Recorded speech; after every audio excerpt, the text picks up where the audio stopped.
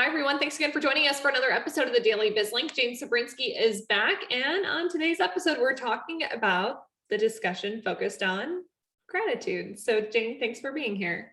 Thank you so much, Lindsay. So do you have a 10 moment for me first?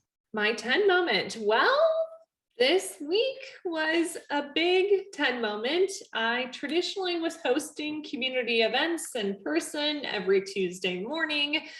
We went through the whole virtual thing and tried doing it consistently through that platform. And then there was this discussion about hosting an in-depth half-day retreat focused on diversity, equity, and inclusion.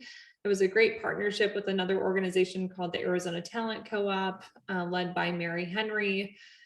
I knew it was going to be a super impactful conversation. And so we had to make sure we were in the right setting where we could have the discussion in person. And let me tell you, the result was magical. So we hosted that on Tuesday and it was a 10 moment. That may be the only in-person event that we host through the rest of 2021, but it gives me hope for what things will look like in the year ahead. Yay. Well, you know what? And that human to human connection is so important. And you just feel the energy in the room. And so really elevates our stats when we can do that in person. So kudos to you and great job. Glad you've got that 10 moment. Thank you. Well, you know what? There's a sense of gratitude around that, right? Gratitude that you were able to host this event, host it in person, host it in the right location. And we're finding that expression of gratitude, especially after the last year and a half, 2 years that we've had. And I wanted to have that conversation now just because, I'm doing that 30-day challenge of give hope and give thanks. We are in the month of Thanksgiving.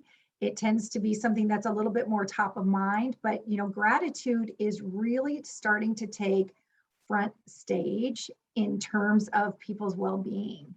And I was just reading an article, there was a 2015 study that showed out of 24 strengths, including like love, compassion, creativity, gratitude was the number one predictor for not only good relationships, but emotional well-being.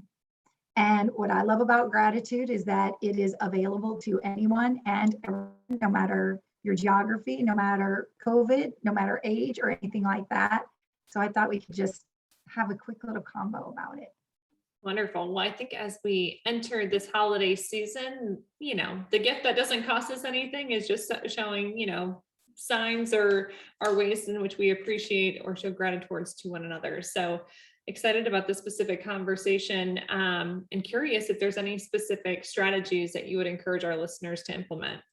Well, first and foremost, we have science to support that when we show gratitude, there are feel-good chemicals that we get produced.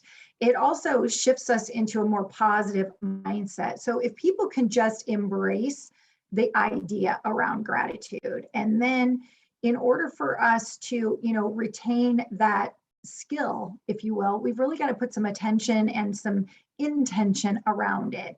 And I think that there's so many little things and big things that you can do to honor gratitude. But, a simple thank you is first and foremost the beginning process.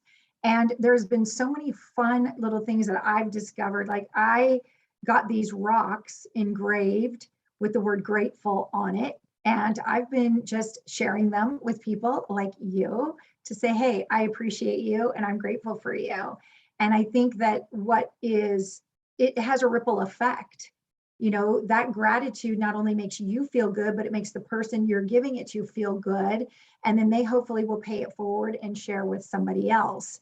So I'd love to challenge everybody over the next 5 days, 6 days, 7 days to come up with some ideas for giving gratitude, showing gratitude, whether it's journaling or making a list or I thought about even creating like a gratitude jar, especially if you have young children and you can engage them in this practice, which I think would be super healthy. And maybe have them make, kids are so great because they find gratitude in the little things, and that's what we lose sight of over time. So get a gratitude jar out and have everybody on little sticky notes as they're passing by the jar, write down something. And then at the end of the week, read those things again. Then you'll get just another hit about it.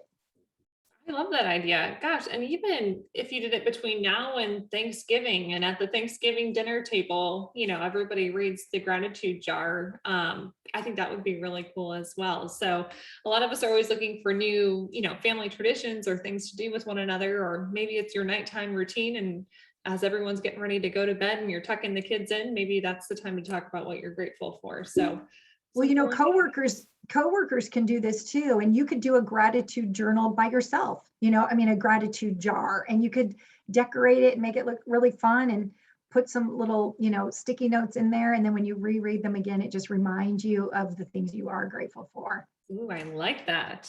A culture of gratitude. Sounds good. Yes. All right, Jane. So as we like to wrap up this conversation, is there anything else you'd like to leave our audience with? Go out and practice some gratitude, and just start with a simple thank you. I think it goes a very, very long way. All right. Well, Jane, thanks so much for joining us on this episode of the Daily BizLink. Thanks, Lindsay.